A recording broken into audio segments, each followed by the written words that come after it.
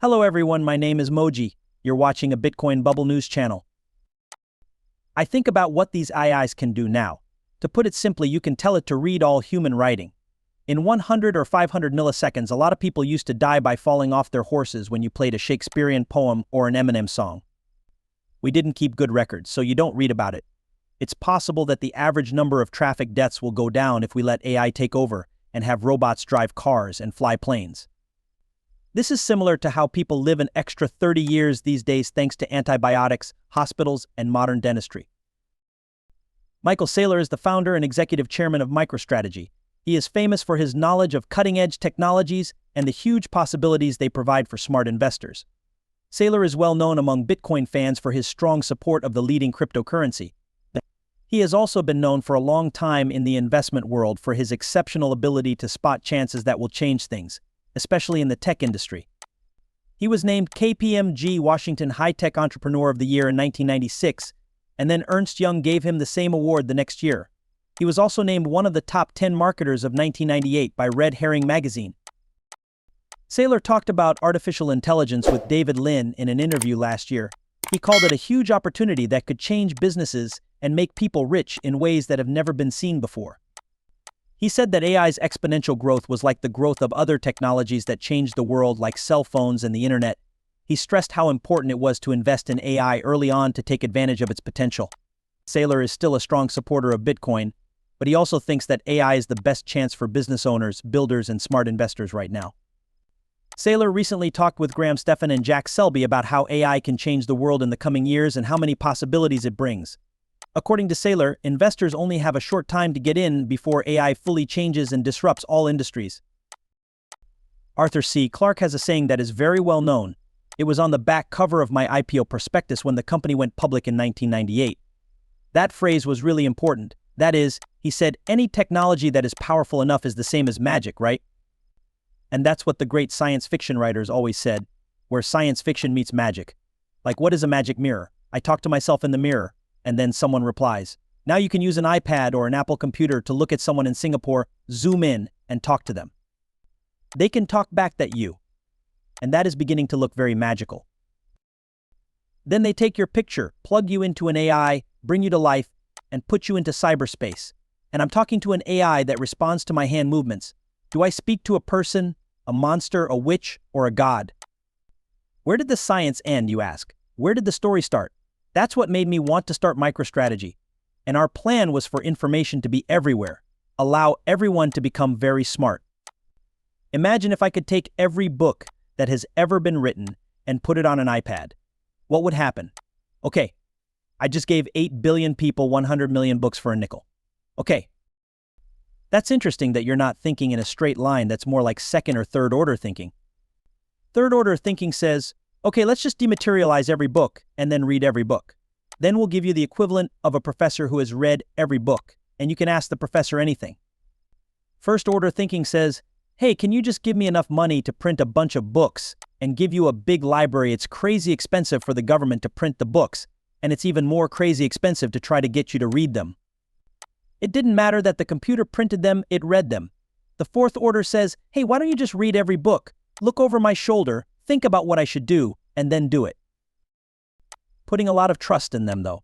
Also, what about AI? Do you worry that people might not be able to tell the difference between things that don't apply to them or that they depend on too much? Yes, of course. We're all going to think about a lot of things, right? You sit in a tube on a flight and fly 6,000 miles. The window opens by itself. You'll either freeze to death or choke to death. Before it's changed by anyone, you probably don't think about it while it's going on, though. On the way, you want me to worry you because I'm an aviation engineer, right? The plane could go into a tumble if the pilot takes his eyes off of, say, the approach for 2 seconds and stops being stable. You're going to lose everything. There is nothing you can do about it. Also, do you ever think about what the pilot drank the night before? I'd like to add one more thing. Are we really going to worry about AI bots driving your car? And are you worried that someone could take over the car and crash the AI-driven car? Also, the next time you call an Uber in New York City or anywhere else, do you think about how the random person who picks you up in 2 seconds could kill you without you having a chance to appeal, no matter how well you eat, drink, live your life, or how fit you are? An unknown driver is pretty much in charge of your life. When you get in a taxi, you should be much more afraid than when you get on an airplane, because at least there are two pilots and someone to check to see if they're sober when they walk on. Also, if one of the pilots drinks, they will be fired, and that's against the rules of their job. There is also someone else who can land the plane if they lose it, sneeze, or have a seizure. Now I'm going to put you back in the wrong Uber in a different country that's weaving through traffic. You might think I'm too smart because I only do breathalyzer tests and check out the Uber driver's attitude when I get in the car. The guy on the other side of the media and strip might have crossed your mind that he could just take a drug, drink something, and do this. There is a point to all of this. A lot of people used to die after falling off their horses. We didn't keep good records, so you don't read about it. People who lived before technology in 1950 could expect to live to be 50 years old on average. If you go back in time to 1770, the average age at death was 32. People walked by a pond, got bitten by a mosquito, and died of malaria or a fever. Others lived in a house that wasn't heated, and they got pneumonia and died. And many people died of different illnesses before technology. There are a lot of things to worry about now that it's the early 21st century or the 20th century, but if we let AI run the cars and the planes, the average number of traffic deaths will probably go down.